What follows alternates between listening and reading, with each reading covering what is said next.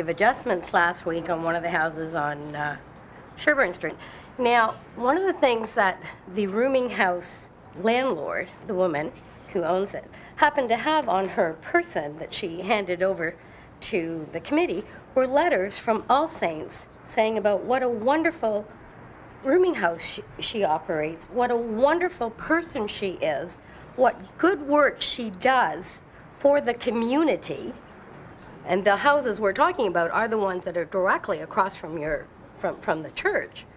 I think we all know when we walk by them are a disaster, big time. I'm quite prepared to say that I don't know anything about the letters or when they were dated. This way, Jenny, she may have had these letters for like 20 years for all we know. I'm also prepared to tell you after the meeting some of the work that the woman has done, and whatever we think of her as a landlord, she has at least allowed space.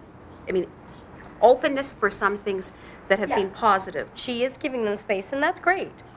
I don't have a problem with that. She's not giving them what they're allowed by the bylaws because she wants to sneak in 3 extra rooms. So we're going to make them a little bit smaller. You know, one committee member said, well, quality of life, well, at least they've got a roof over their head. The fact that they can't turn around in their room.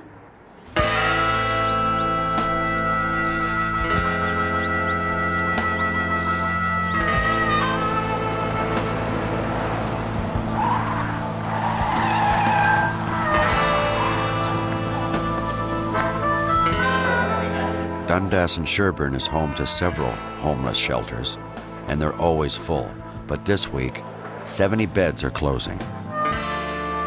It's partly government cuts, partly heat from the residents.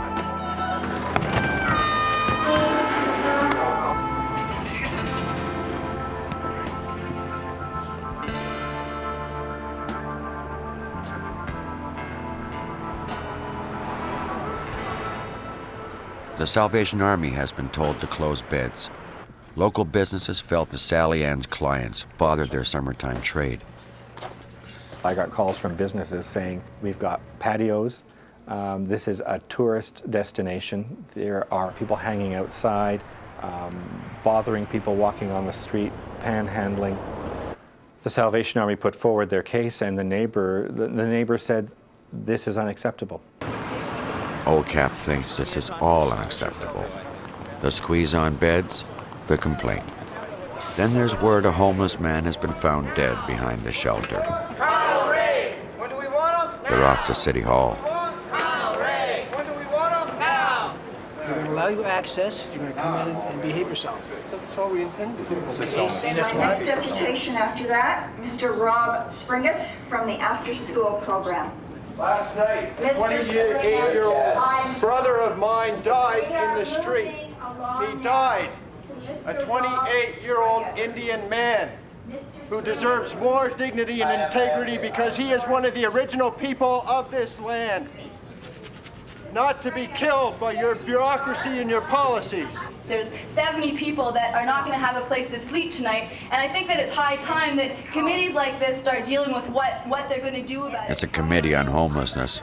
The politicians are here because they're worried, but they're just not ready for this. And that amounts to murder. If you know there's homeless people in the streets, why would you close 50 beds today? Excuse me, we Shirley, why didn't you stand up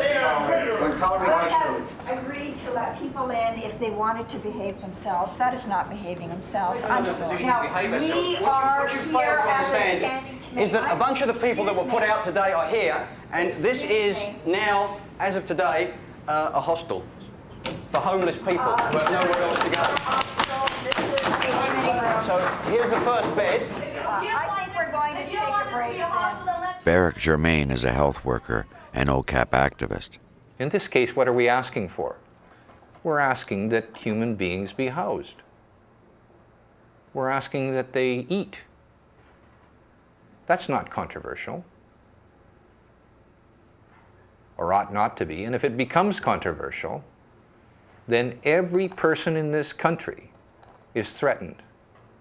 If we cannot feed and house our people in a rich country, what can we do?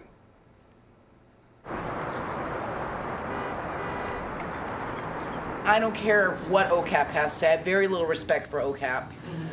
Well, no respect for OCAP, actually. The reality is a lot of these shelters are really badly run, and the people and the agencies running them don't give a damn what we residents think. And that is one of the reasons why both TEDRA and SOBRA have been extremely resistant to any new programs in the neighborhood. You know, this 34 city blocks of our neighborhood has more than its fair share, way more than its fair share, and we don't need any more. So if we hear that the Armory is going to go up again and be an emergency shelter, or even the Salvation Army, it's going to be really difficult to convince people this year to get anybody to agree that we should take it on again. Because the reality is our neighborhood is a disaster. Angel is still homeless. I know we need help. I know I need help. It's just getting the help. You know, like I started running away at 5. And I was called an habitual runner at 11 by one of the judges. And that whole time you never thought that there was some kind of crack in the way things were, that there was somebody or something within yourself where you could place hope and energy? No, I was too scared. So the whole time was just that dark fear. Yeah. Because of being abused when I was little, I just didn't have any trust in anybody. Yeah. Nobody. Yeah. You know? To survive, you've got something inside you that's pretty good. I'm a good hustler. Well, it's a pretty good skill, isn't it? Yeah. I mean, you must have good instincts.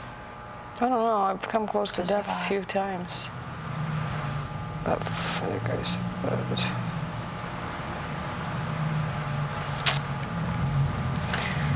I carry my Bible with me all the time. Yeah, I heard that about you. In the way where I walk, they have hidden a trap for me. Look to the right and see, for there is no one who regards me. There is no escape for me, and no one cares for my soul. I cried out to you, O Lord. I said, you are my refuge, my portion in the land of the living. Give heed to my cry, for I am brought very low.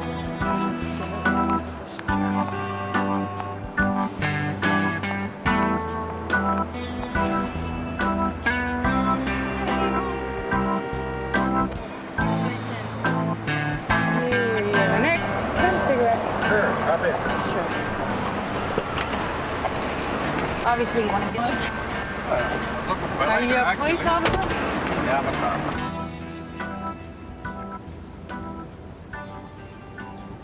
An embattled OCAP is throwing a party for the neighborhood. The city's refused them a permit. Nonetheless, for people who are just here and don't know, this is the OCAP party, and we're here to get to know our neighbors.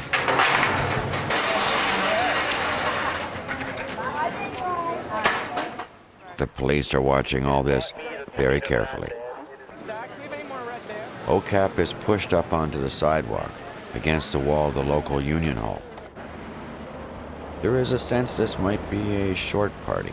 But this is a community street. This is a public access route, and there is no permit for you to have loud instruments playing all day and all night. Sorry. They're not playing all day and all night, so don't exaggerate, sir. They're not playing, is what I'm telling you. That there are some discussions at the moment around musical entertainment. I would like to know all those people in favour of having musical entertainment. Please raise your hand.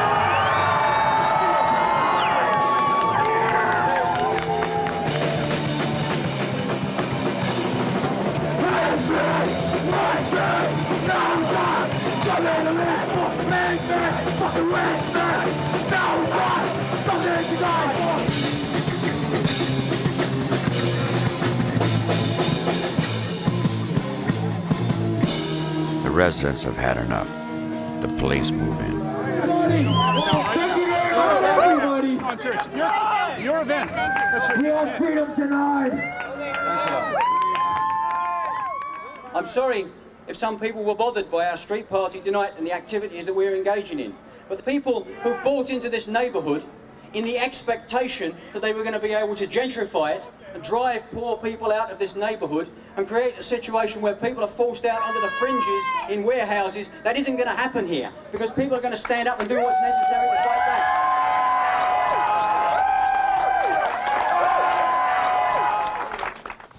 And we're here to present it to the community. The residents are in the saddle now. Developers who want to upgrade a local building meet with them first. and development will increase the value of their homes. The proposal, we feel, will help secure some of the problems that we've all experienced in the back parking lots with prostitution and drug dealers. Hedra will write the appropriate letter of support to Committee of Adjustment on behalf of the project. Okay. Yeah. Congratulations. We are winning. It's not that I think we're winning, we are winning. When you were at Hedra meeting Thursday, we saw those developers there. They're coming to us now before they do anything. We are winning. Summer's end, and after months of suspicion, anger, and hundreds of arrests, something like calm settles over the corner of Dundas and Sherbourne. For sure on Sherbourne, it's much quieter. I mean, I would come home sometimes at night, and by the time we would have gotten to this tree, there were 10 of them already lined up. We are winning. You know, it just takes a lot of diligence, time, perseverance, and a lot of effort.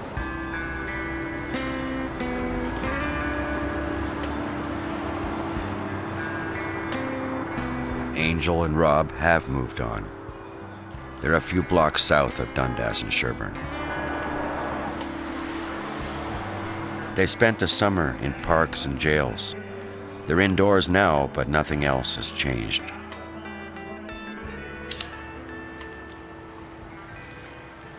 Up your assets, buddy. That's it, that's all.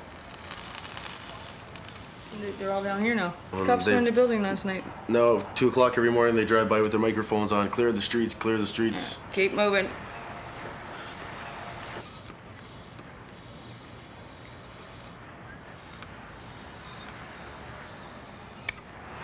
So what's going to happen in the long run, do you think? I don't know. Somebody will kill me or I'll get straight.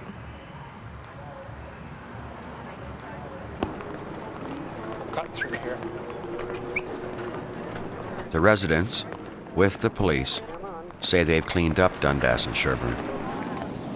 Their neighborhood is quieter, safer, and tidier.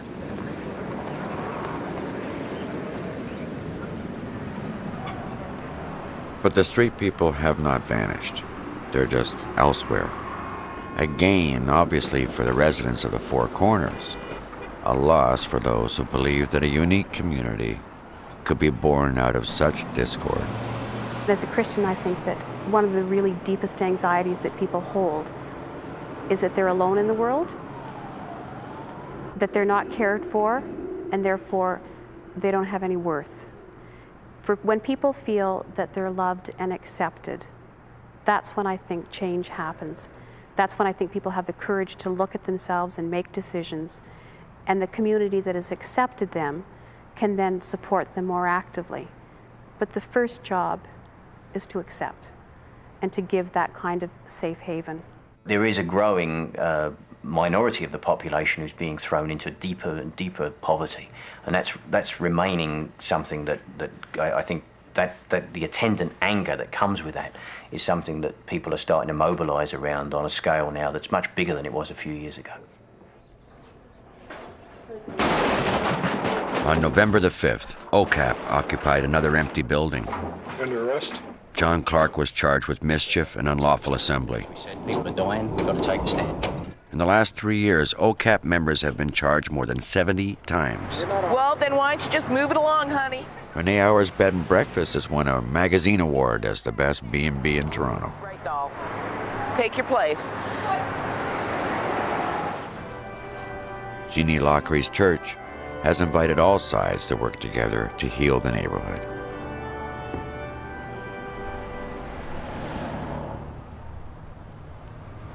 Leanna Hamill has just done time for possession of stolen property, her 122nd criminal conviction.